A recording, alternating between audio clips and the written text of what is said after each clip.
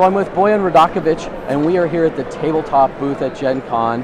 And I know that you might have had to been living under a rock to not know about TableTop, the TableTop video series that premiered earlier this year. But we're going to talk a little bit about the inspiration behind the show, how it got started, and then maybe where the show's going in the future here. Let's do this. I love it. Excellent. So give us a snapshot look at how this came about to begin with. Okay, so last October, Google spent $100 million in the creative community, and they put this infusion of cash, and what they wanted to do is become a content creator, sort of like Hulu. And they said, if you're, and they approached Felicia Day, she's a very popular actress and producer and writer of The Guild, and they said, will you do something for us? And she said, yeah, I want to do a whole channel of geeky stuff. And they're like, oh, you're in. And then she called all of her friends, who she loves and wants to work with, and she called Will Wheaton, and she said, if you have your own TV show on my channel, what would you do? And he said, I'd hang out and play board games with my friends. And she's like, you're in. And then Will called me that next day and said, can we make this happen? And I was like, hell yeah, we're gonna do this. And it's gonna be awesome. So then I went out there and met with the executive producers and started doing pre-production and started filming, and it was awesome. And give us a sense of time, what's the time lag from that let's do this show to... So that was middle of October. 2 weeks later, I was in LA meeting with the producers. We wrote out how it all, basically what it would look like. At the end of December, we were in pre-production, basically getting all the stuff together for the sets and all that, and getting the crew together. So end of December and beginning of January, we were filmed, and we filmed all 20 episodes. This is ridiculous, people. We filmed all 20 episodes in one long stretch. Oh my gosh. Back to back. I know what that entails. That's crazy. It's crazy. It was I would wake up, TableTop. So I was staying with Will because we were working so much on this that we had to be together the whole time. So it was wake up, breakfast, TableTop, go over the lines, get on set. He's, we're doing that. We're working together the whole time. Basically, we do. On set, I basically would train the players on how to play. And then when they were playing, I would be next to the director calling the shots, helping pick up all the shots. And that's the reason why TableTop is so awesome, is because we pick up all the action. Yes. Right? So it's if there's a card, I'm sitting next to the director saying, all right, she's about to buy a building, you want to have the camera on that and him. And Will's about to play a card to attack that guy, so you want them framed up. And she was amazing. She had 4 cameras running at the same time. Everything was perfectly positioned, and it was amazing. I don't know how she did it, but visually, I think you're really telling the story of the game while you're hearing the conversation of everyone playing too. You're really getting a good sense of how the game is being played too. Yeah, exactly. So that's kind of what the day would look like. But then we would do 2 episodes a day. So then, come midnight, we would start planning for the next day and rehearsing whatever, and then just repeat. Straight. And at that is totally nuts. It's nuts, man. At the end of it, I was so not burned out. I put everything I had into it. I was on the couch for 2 days, fever. I couldn't move, and it was crazy. But it's awesome. Yes. If you've seen the show, absolutely the production value, every aspect of it. Now talk about maybe that in terms of how many people. We see the people on set. But we well know. I have helpers here helping me. It takes a lot more than that. How many? What kind of tabletop crew is there behind it? So to actually do the filming, it's about 30 people on set. So it's supposed to look like Will's house, but it's not. It's a set. Sure. And we had 4 cameras, and it was amazing. As soon as I got, I knew it was going to be big. It's going to be awesome.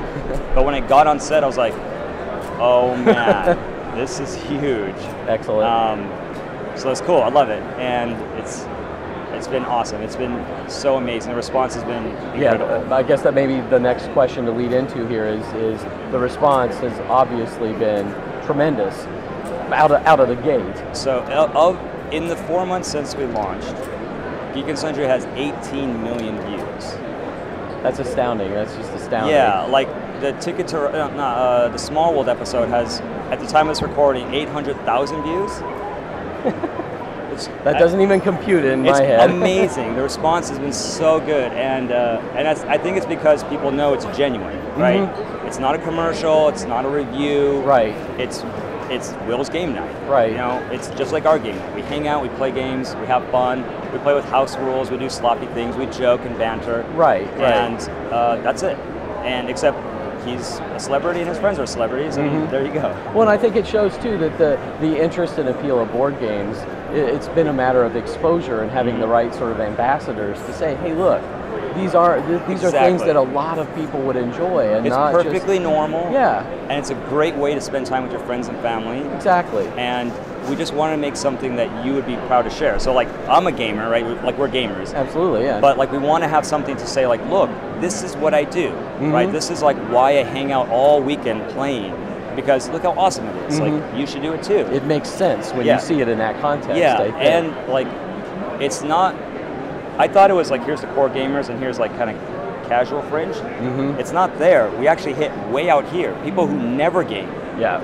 Kids are like, they watch with their parents and they're like, I want to play that game. And now like game nights are coming together at the family. It's amazing. I love it.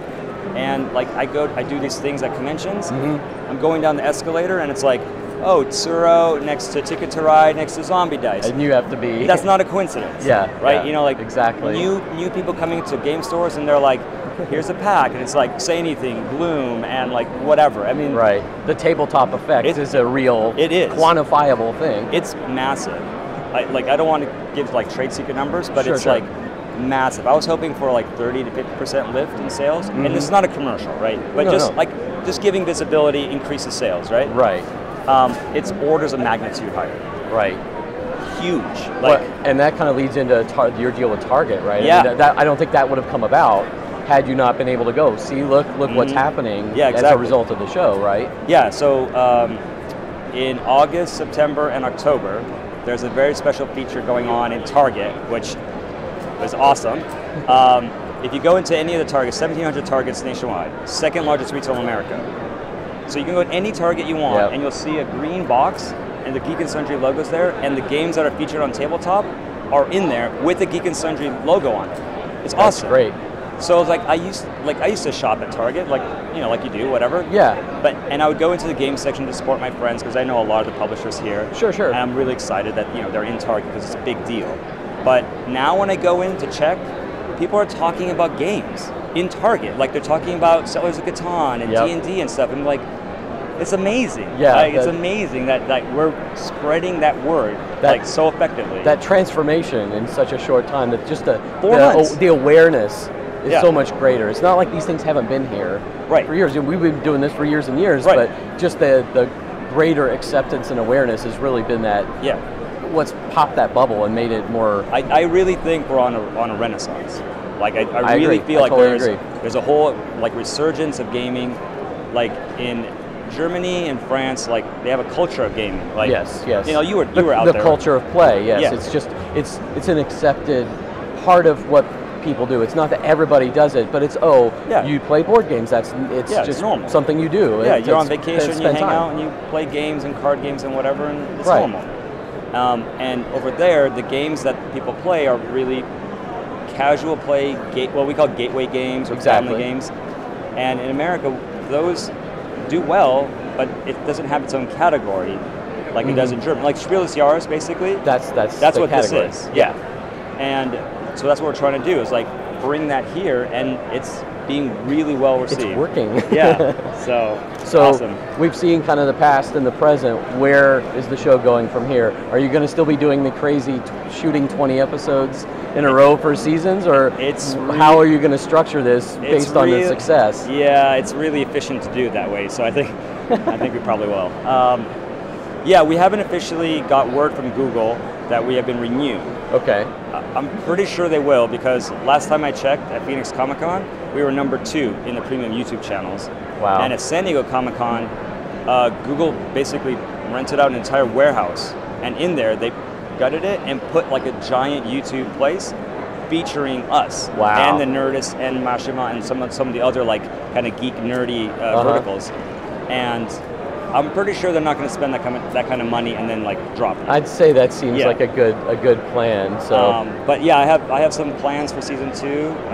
Will and I are really excited to like work on it, and dude, I'd be happy to do this forever. I mean, it's great. Yeah, it's the kind of thing that once you get the ball rolling like that, there's no lack of good games to bring to people and to make people aware of. We certainly know that. Exactly, and at GenCon, I've been meeting after meeting after meeting of publishers saying, I want to be on tabletop. I have a great game for you. Of course. No, not yeah. Okay, yeah, sure, but not in that way. But like, I have one that might work for your show. Not like any game would work, right? Right. But because the format's kind of interesting, right? There are some restrictions as to what actually makes a good tabletop game. Mm-hmm. It has to be like, ideally 45 minutes to 60 minutes. Mm-hmm. Give me 90 minutes or more, like Catan is. Sure. But we end up editing out a lot of stuff. There's only 18 minutes of footage of actual gameplay. And it has to be very visual. Like, I love Seven Wonders and Dominion and Ascension, but this is what Seven Wonders looks like. Yeah. Go. All right, here's Dominion. Go. Right? I mean, yeah, Dominion especially, it would just be play the shuffling sound and show somebody shuffling. Right, right. Or, no, they're great games. Yeah, no, but that, like for tabletop, for tabletop, not appropriate, right? Or it's like they're reading the card and you're staring at their forehead instead of their eyes. Mm-hmm. The game has to be chatty.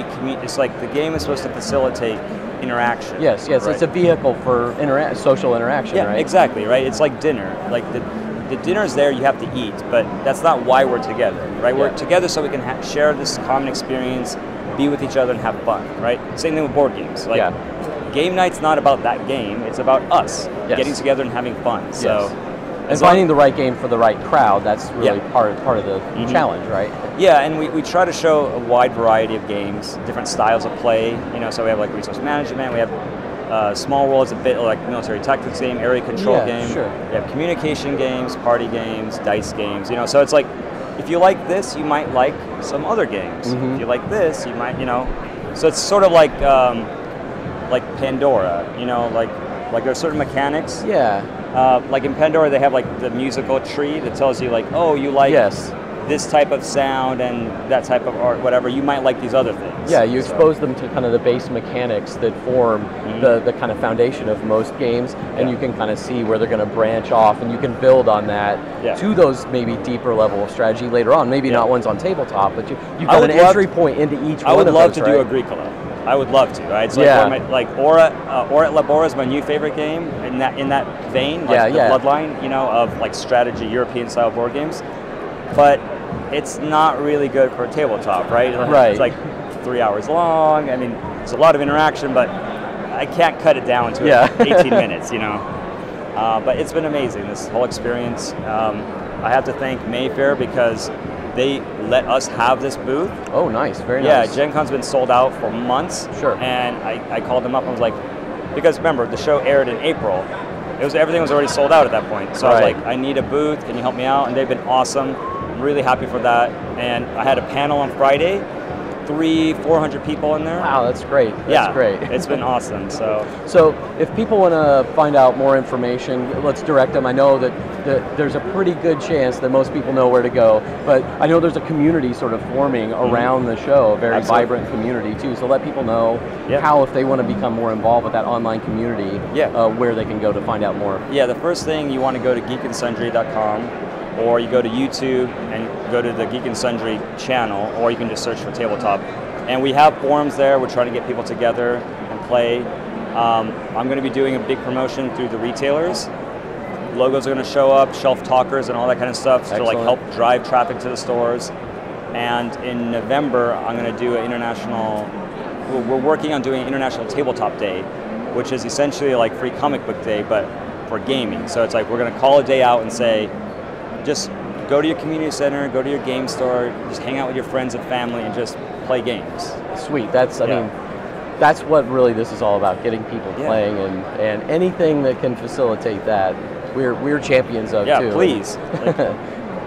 Like, so really the single best thing to do is go subscribe, because that's what Google wants. They want metrics, right? Right. They want click-throughs, shares, percent favorites, whatever, that kind of stuff. Sure. So go there, go to our forums, subscribe, and watch the show. Well, thanks so much for your time, and best of luck, and we can't wait for season 2. I know. Hopefully coming soon. Yeah, me too. I really want that. Thank you. Great.